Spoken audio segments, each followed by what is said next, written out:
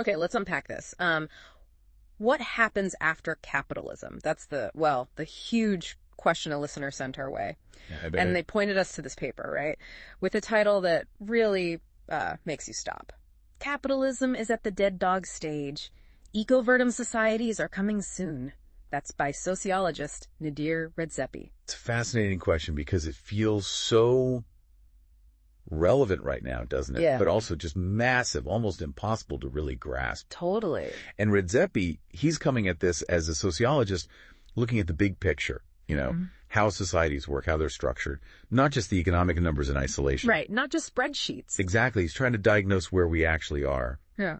And we've also got another piece that looks at the link between capitalism and democracy, or maybe how that link is fraying. Okay, so that gives us a wider view. Yeah, it helps frame Redzepi's arguments. Right. So our goal here, for you listening, is to kind of cut through all this complexity, pull out the key ideas, and, keep it clear and hopefully engaging. Absolutely. And that metaphor, the dead dog stage, I mean, it sticks with you, doesn't it?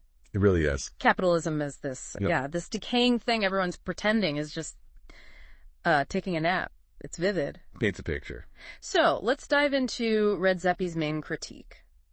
Where does he think we are right now? Because it sounds like he's not exactly thrilled with the current situation. No, he definitely doesn't pull any punches there. Okay. A big part of his argument is this whole dead dog stage idea. Basically, the benefits are diminishing and the core structure is getting weaker. Okay. And he's also really critical of how democracy works today. He famously called it a joke on Wall Street. Ouch. Yeah. He points to the massive influence of money in politics, the feeling that we're just choosing between, like, corporate puppets. That feeling that the game is rigged, maybe? Pretty much. And he pushes it further. He compares how corporations are run internally to North Korea. Wow, okay. That's quite a comparison. It is startling. But his point is, decisions come from the top, everyone else just follows orders, and yet these huge entities dominate our economy. So where's the actual power? And what does that mean for, regular people? That's the question. And then he gets into exploitation. He argues it's kind of baked into the system, but disguised as opportunity. How so? Well, the basic idea that your pay is less than the value you actually create. That's just called earning a living. He sees it as making an unequal setup sound fair. Okay. Like a bit of linguistic trickery. You could say that. And then there's advertising. He calls it his personal favorite form of mind control. He doesn't mince words. Not at all. He argues it creates insecurities in us, and then, surprise, surprise, offers products to fix those very insecurities it just created. So it's a cycle. Manufacture the problem, sell the solution. Exactly. He sees it as a system that almost needs us to be perpetually dissatisfied to keep working. It's not just selling things, it's selling the need for those things. That's a pretty bleak take. It is. And connecting this to the bigger picture, he talks about the sugar rush economy after the Soviet Union collapsed. Right. Opening up all those new markets. Yeah, new markets, cheaper labor. It gave capitalism this temporary boost. But he sees it more as like an exploitative resource grab, not healthy growth, kind of short-sighted, profit-driven expansion.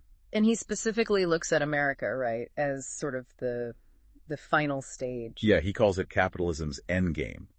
He points out that despite having tons of consumer choices, you also see high rates of medication, high incarceration, lots of stress, huge debt. So the promise of well-being through choice isn't quite matching the reality for many people. That seems to be his point. It makes you wonder about the real cost of all this opportunity if so many are struggling. And this kind of connects to the other source too, doesn't it? About how different systems throughout history have dealt with exploitation. Exactly. That source notes that whether it's slavery, feudalism, or capitalism, you keep seeing these patterns of unequal power and resources. It's a recurring theme. Okay, so what about this idea some people have that we're maybe already moving beyond capitalism? Like we're in post-capitalism now.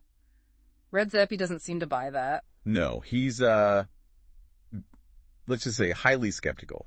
His analogy is great. He compares it to a bad breakup line, like, oh, we're just evolving into different people. Okay. He looks at things like the sharing economy, Yeah. Uber and the like, or open source stuff like Wikipedia. He argues they're still fundamentally driven by profit, or at least operate within that profit-driven world. They haven't really changed the basic game. Right. They don't fundamentally change how we meet basic needs. As he puts it, you can't pay your rent with Wikipedia edits or good vibes. The profit motive is still lurking, maybe just wearing a new hat. Okay, makes sense. Then The paper he's critiquing takes a bit of a strange turn, doesn't it? Talking about prophecies and earth frequencies. Yeah, that part is unexpected. It brings in ancient prophecies, changes in the Earth's frequencies, even the Schumann resonance, and tries to link it all to economic theory. Your eyebrows definitely went up there, too. Mine too. And you can really hear Redzeppi's sarcasm here. He calls it the woo-woo economic revolution. He's clearly not convinced by mystical vibrations driving economic change. Probably safe to say the universe has other things on its mind. You'd think so. And then this leads to the idea of virtualism, an economic system based on virtue, not profit, which, sounds nice on the surface. Sounds lovely, yeah. But Redzeppi calls it adorably naive. Yeah. His point is that in our current system, even virtue gets turned into a commodity, right? Like companies promoting their ethics as a selling point. Exactly. Corporate social responsibility, is it genuine altruism, or is it really just marketing to improve the bottom line? It's hard to tell sometimes. That's a fair question. Putting a green sticker on something doesn't automatically fix the deeper issues. Right. And he also kind of pokes fun at the idea that all hierarchy is bad, that everything needs to be flat and decentralized. Like, how would anything ever get decided? Precisely. He jokes about the practicality of making every single decision by group consensus. Imagine the meetings. Oh, God, no. And he's similarly skeptical about the proposed solution of just giving everyone a hectare of land. Logistically, how? Yeah, the challenges are huge. How does that work in cities? And historically, similar attempts haven't always ended well. He raises serious questions about feasibility. And probably the most memorable critique is this non-revolution idea. Oh, yeah. The suggestion that change comes not from protesting or organizing, but just from individuals focusing on being virtuous. His comparison is brilliant, trying to stop a charging bull by meditating. It really paints a picture.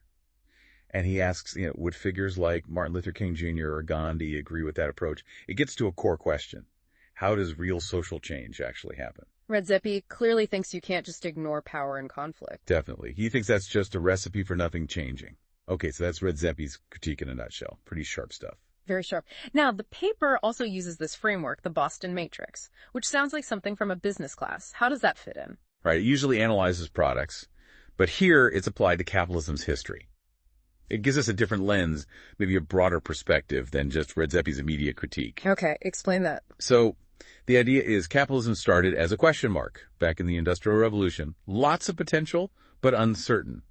Then it became a star in the 19th, early 20th century, high growth, dominant. Got it. After World War II is a cash cow, stable, reliable profits. But the argument now... Let me guess. Yeah, the argument now is that it's become a dog. Diminishing returns, weakening structures, like we see with growing inequality, environmental problems, democracy getting shaky. All the things Redzeppi was pointing to. Exactly. It's like the Matrix provides a historical arc for Redzeppi's dead dog diagnosis. So the very things that made it strong, harnessing profit, working within democracy, are now, maybe, its weaknesses, especially with limited resources and planetary boundaries. That's the core insight here. The paper suggests that a lot of current economic policies, financial engineering, focusing on kind of cosmetic growth numbers, aren't real innovation. They're more like desperate measures to prop up a system hitting its limits. Okay, so if capitalism is the dog, what comes next?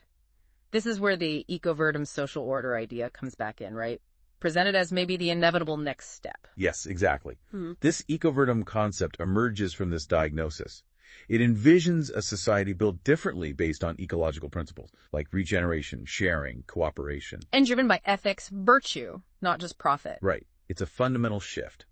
From extraction to regeneration, from hoarding wealth to circulating resources, from competition to cooperation, hierarchy to networks, quantity to quality. Sounds like a pretty radical overhaul. It is. And the argument presented is that this isn't just a utopian dream, it's becoming an ecological necessity. We have to change how we operate on a finite planet. So how do we supposedly get there? From the dead dog to eco-verdum. The paper mentions a fork in the road. Yeah, it lays out two possibilities. One is a kind of peaceful evolution, a conscious shift in values, building new institutions gradually. The other is more disruptive, a potential revolution if the current system completely breaks down. And what determines which path we take? The paper suggests the key factor is whether those currently holding power recognize the need for change and help make it happen, or if they resist it tooth and nail. Makes sense. It also points to things like global interconnectedness and growing awareness about environmental limits as factors that might possibly nudge us towards a more peaceful transition. It's interesting. The second source we looked at also talks about this difficulty, right? How societies throughout history get stuck, partly because of a lack of imagination about how things could be different. Absolutely. That source digs into why exploitative systems persist. Things like pure economic focus overriding other values, dominant ideologies that make inequality seem normal, the legacies of colonialism and globalization. And just short-term thinking, probably. Yeah, short-term incentives often block long-term change. But while the eco-verdum idea is maybe quite ambitious, that second source does point to some real-world trends that could be building blocks. Like what? Well, things like post-growth economics, questioning whether endless growth is even desirable. The potential and also the risks of new tech like blockchain or AI. The rise of social movements looking at issues intersectionally. And importantly, learning from indigenous wisdom and practices. Okay, so not just abstract theory, but actual movements and ideas already out there. Exactly. But it also acknowledges the huge barriers. Structural inertia systems are hard to change. Psychological limits, it's hard for us to even imagine truly different ways of living. And just coordinating change on a global scale is incredibly difficult. No kidding. So what about concrete steps? Did the second source offer any pathways forward? It did suggest a few areas. One is fundamentally rethinking our values, prioritizing ecological health, community well-being, maybe drawing on concepts like ecosophy or Ubuntu. And changing institutions. Yeah, innovating there, thinking about more participatory democracy, worker cooperatives, new forms of global governance, also cultural shifts through education, art, media, changing how we see the world. And finally, acknowledging that sometimes crises, unfortunately, are what force major change. Right. Sometimes it takes a shock to the system. Okay, so let's circle back to Nadir Redzepi. Given all of this, the critique, the eco-verdum idea, the challenges, what's his bottom line? What does he think needs to happen? Well, despite the paper's title mentioning eco-verdum societies, Redzepi's own conclusions are much more grounded, maybe even cynical. He really stresses that any solution has to deal with power, conflict, and, basic human nature. No magical thinking. Definitely not. Yeah. His main call to action is basically radical honesty, to call things what they are. He wants us to see corporate dominance as corporate feudalism, manipulated democracy as plutocracy with good PR, social media as potentially surveillance and manipulation tools. Just strip away the nice labels. Pretty much. He has very little faith in easy fixes or, woo-woo solutions. He believes the only thing that will really shift the needle is, and this is a direct quote, the frequency with which we call bullshit on the whole damn game. Wow. Okay, so just widespread vocal rejection of the current system. That seems to be his final message. Less about building a specific alternative, more about dismantling the legitimacy of the current one by constantly pointing out its flaws and hypocrisies. So wrapping this all up for you listening, we started with that huge question, what's next after capitalism? And we've gone through Redzepi's really pointed critique, the dead dog stage, the skepticism about easy answers. Right, and contrasted that with the more, maybe aspirational vision of an eco-verdum social order, acknowledging how incredibly complex and challenging any fundamental shift really is. What really stands out is that contrast, isn't it?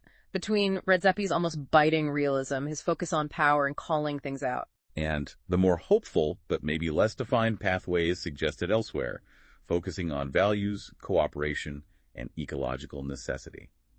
It really highlights that there are no easy answers here. Definitely not. But hopefully exploring these different perspectives gives you a framework, a way to think about these enormous shifts happening in our economy and society. Yeah, we hope this deep dive helps you grapple with these big ideas without feeling, totally lost or overwhelmed. Absolutely. And maybe, just maybe, it gets you thinking what parts of our current system do feel like that dead dog, and what small changes, what virtuous actions could actually start to make a difference, even if a huge eco-verdum shift seems miles away. It's definitely worth reflecting on those power structures Redzepi talks about. How do they shape your life? And how might they be challenged or nudged or maybe even transformed down the line? Lots to think about.